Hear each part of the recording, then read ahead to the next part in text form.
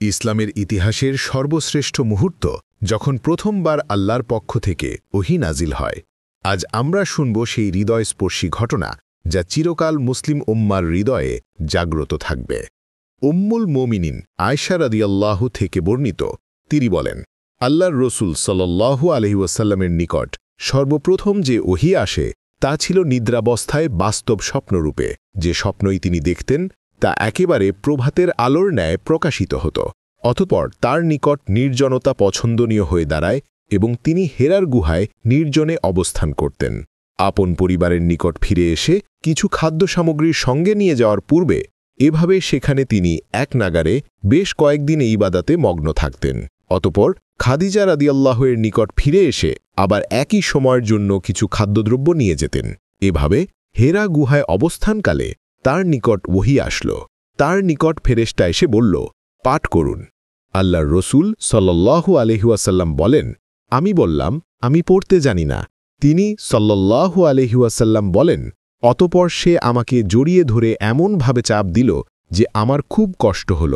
অতঃপর সে আমাকে ছেড়ে দিয়ে বলল, পাঠ করুন। আমি বললাম, আমি তো পড়তে জানি না। সে দ্বিতীয়বার আমাকে জড়িয়ে ধরে এমনভাবে চাপ দিল যে আমার খুব কষ্ট হল। অতঃপর সে আমাকে ছেড়ে দিয়ে বলল, পাঠ করুন। আমি উত্তর দিলাম, আমি তো পড়তে জানি না। আল্লাহর রসুল সাল্লাল্লাহু আলাইহি ওয়াসাল্লাম বলেন, অতঃপর তৃতীয়বারে তিনি আমাকে জড়িয়ে ধরে চাপ দিলেন। তারপর ছেড়ে দিয়ে বললেন, اقرأ باسم ربك الذي خلق خلق الإنسان من علق اقرأ وربك الأكرم। পাঠ করুন আপনার রবের নামে, যিনি সৃষ্টি করেছেন মানুষকে জমাট রক্তপিণ্ড থেকে। পাঠ করুন, আর আপনার রব অতিশয় দয়ালু।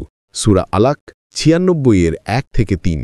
অতঃপর এই আয়াত নিয়ে আল্লাহর রসুল সাল্লাল্লাহু আলাইহি ওয়াসাল্লাম প্রত্যাবর্তন করলেন। তার হৃদয় তখন কাঁপছিল। তিনি খাদিজা বিনতু খুয়াইলিদের নিকট এসে বললেন, আমাকে চাদর দ্বারা আবৃত করো, আমাকে চাদর দ্বারা আবৃত করো। তারা তাকে চাদর দ্বারা আবৃত করলেন, এমনকি তার শঙ্কা দূর হল। তখন তিনি খাদিজা রাদিয়াল্লাহু এর নিকট ঘটনা বৃত্তান্ত জানিয়ে তাকে বললেন, আমি আমার নিজেকে নিয়ে শঙ্কা বোধ করছি। খাদিজা রাদিয়াল্লাহু বললেন, আল্লাহর কসম, কখনোই নয়।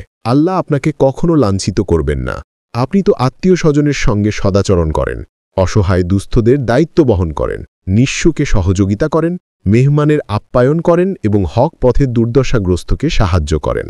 অতঃপর তাকে নিয়ে খাদিজা রাদিয়াল্লাহু তার চাচাতো ভাই ওয়ারাকা ইবনে নওফাল ইবনে আব্দুল আসাদ ইবনে আব্দুল উজ্জার নিকট গেলেন, যিনি অন্ধকার যুগে ঈসাহী ধর্ম গ্রহণ করেছিলেন, যিনি ইব্রানি ভাষায় লিখতে পারতেন এবং আল্লাহর তৌফিক অনুযায়ী ইব্রানি ভাষায় ইঞ্জিল হতে ভাষান্তর করতেন।